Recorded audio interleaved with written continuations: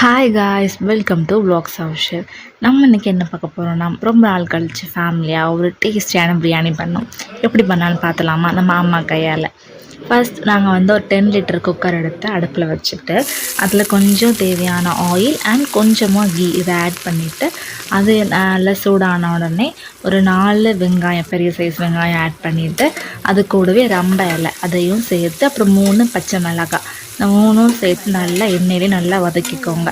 ரொம்ப ப்ரௌனிஷ் கலரில் வேகக்கூடாது.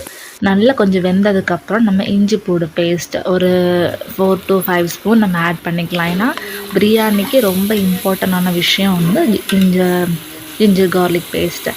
அதையும் இது கூட சேர்த்து ஆனியன் அப்புறம் எண்ணெய் கூட எல்லாம் வதக்கிக்கோங்க. இப்போ இது கீழே கொஞ்சம் இஞ்சி பூடெலாம் பிடிக்கிற மாதிரி இருக்கும். பட் ஒன்றும் இல்லை, நம்ம நெக்ஸ்ட்டு தக்காளி ஆட் பண்ணும்போது அது இலகி வந்துடும். நம்ம வெட்டி வச்சுருக்க கொத்தமல்லியும் புதினா இலையும் சேர்த்துக்கலாம். அப்புறம் இதுக்கப்புறம் ஒரு 4 தக்காளி பழம் வெட்டி வச்சுருக்கோம், அதையும் இது கூட சேர்த்து நல்லா ஒரு மிக்ஸ் கொடுத்திங்கன்னா நம்ம இந்த இஞ்சி பூடு எல்லாமே கீழே பிடிச்சிக்கிறது எல்லாமே இலகி தனியாக வந்துடும். அப்போ அது கொஞ்சம் கூடவே எண்ணெயில் நல்லா வதக்கிக்கோங்க. நம்ம ஏற்கனவே 1 கிலோ சிக்கனை தயிரில் ஊற வச்சுருக்கோம். அதை இப்போ நம்ம அது கொஞ்சம் நல்லா வெந்த உடனே இது கூட சேர்த்துக்கலாம். சேர்த்து நல்லா ஒரு மிக்ஸ் கொடுத்துட்டு இப்போ அந்த கறிக்கு ஏற்ற மாதிரி பிரியாணி மசாலா சேர்த்துக்கலாம். நம்ம ஒரு மிக்ஸ் கொடுத்துட்டு டேஸ்ட்டு பார்த்து உங்களுக்கு காரம் ஏற்ற மாதிரி நம்ம சேர்த்துக்கலாம். ஒரு 1/4 ஸ்பூனு ஒரு 1/2 ஸ்பூனுக்கு கம்மியாக அந்த மாதிரி அளவில் மஞ்சத்தூள் கொஞ்சமாக சேர்த்துக்கலாம். சேர்த்துட்டு அதுக்கு தேவையான உப்பு நம்ம சேர்த்து டேஸ்ட் பண்ணிக்கோங்க. இப்போ நம்ம ஏற்கனவே ஒரு 20 மினிட்ஸ் போல் அரிசியை நான் ஊற வச்சுருக்கேன். ஊற வச்சுட்டு அதை நம்ம இப்போ இது கூட சேர்த்துக்கலாம். சிக்கன் நல்லா வெந்து வரட்டும். வெந்து வந்ததுக்கப்புறம் நம்ம அரிசி சேர்த்துக்கலாம். இது ஒரு 3/4 கிலோ அரிசி. நான் அரிசி எடுத்த வழக்குக்கு வெறும் 4 விளக்கு தண்ணி மட்டும் ஊற்ற போகிறேன். ஏன்னா நம்ம ஏற்கனவே சிக்கனில் தான் நமக்கு தண்ணிலாம் இருக்கிறதுனால 4 விளக்கு போதுமானது. அதனால் நான் இந்த விளக்குக்கு 4 விளக்கு தண்ணி ஊற்றிக்கிறோம்.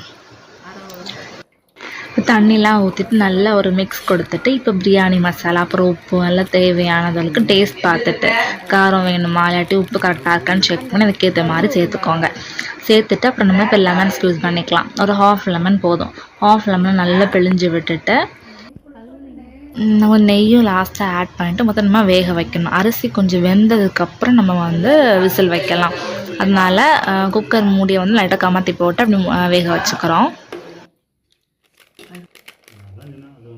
என்னோடய ஃப்ரெண்டும் என்னோடய வீட்டுக்கு வந்திருந்தா, அதனால் என்னோடய ஃப்ரெண்டு, நான், அக்கா, அப்பா, அம்மா எல்லோரும் சேர்ந்து தான் வச்சோம். நான் அப்போவே இந்த தண்ணி டேஸ்ட் பண்ணும்போது ரொம்ப எம்மையாக இருந்துச்சு. எப்படா பிரியாணி ரெடி ஆகும் சாப்பிடன்னு எல்லோரும் வெயிட் பண்ணிகிட்டே இருந்தோம். அண்ட் அதுவும் வேக வச்சு நல்லா தண்ணி கொதித்து வந்துச்சு. அதுக்கப்புறம் தான் நாங்கள் விசில் குக்கர் வச்சோம். குக்கர் மூடி விசில் வச்சோம். அது ஒரே ஒரு விசில் மட்டும் வச்சா போதும். ஒரு விசில் வந்தோடனே நம்ம ஸ்டவ் ஆஃப் பண்ணி கொஞ்சம் நேரம் விட்டுடலாம். அது ப்ரெஷர்லாம் இறங்கி நம்ம குக்கர் திறக்கும்போது திறந்து வச்சுக்கலாம். இப்போ நம்ம ஏற்கனவே சிக்கன் ஃப்ரை பண்ணுறதுக்கு மசாலாலாம் ஊற வச்சு அதுவும் ரொம்ப எம்மையாக இருந்துச்சு. அதையும் அக்கா ஃப்ரை பண்ணிகிட்டு இருந்தா. அப்புறம் இது ஒரு பக்கம் ரெடி ஆகிட்டு அதனால் பிரியாணி திறந்து அம்மா கொஞ்சம் திறந்த உடனே நெய்லாம் ஊற்றிக்கிட்டாங்க. கொஞ்சம் நல்லாவே நெய் ஊற்றிக்கிட்டிங்கன்னா இன்னும் நல்லா டேஸ்ட்டாக இருக்கும்.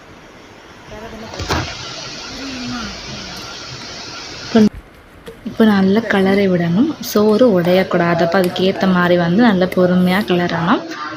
இப்போ எம்மியான ரொம்ப டேஸ்ட்டாக இருந்துச்சு. ரொம்ப நாள் கழித்து சாப்பிட்றோம். அண்ட் சிக்கன் ஃப்ரையும் ரெடி ஆகிட்டு அப்புறம் எல்லோரும் உட்காந்து எல்லாருக்கும் சர்வ் பண்ணிவிட்டு நானும் அப்புறம் எல்லாருமே சாப்பிட்டோம். ரொம்ப பிரியாணி சூப்பராக இருந்துச்சு. என்னோடய ஃப்ரெண்டுக்கும் ரொம்ப பிடிச்சிருந்துச்சு. எல்லாருக்குமே ரொம்ப பிடிச்சிச்சு. நல்லா சாப்பிட்டு இருந்தோம். அண்ட் இது நாங்கள் அன்றைக்கி Sunday afternoon and night and next day morning வரைக்கும் அதுதான் சாப்பிட்டோம். நீங்களும் மறக்காமல் இந்த மாதிரி ட்ரை பண்ணி பாருங்கள். சப்ஸ்கிரைப் பண்ணுங்கள் ஃப்ரெண்ட்ஸ்.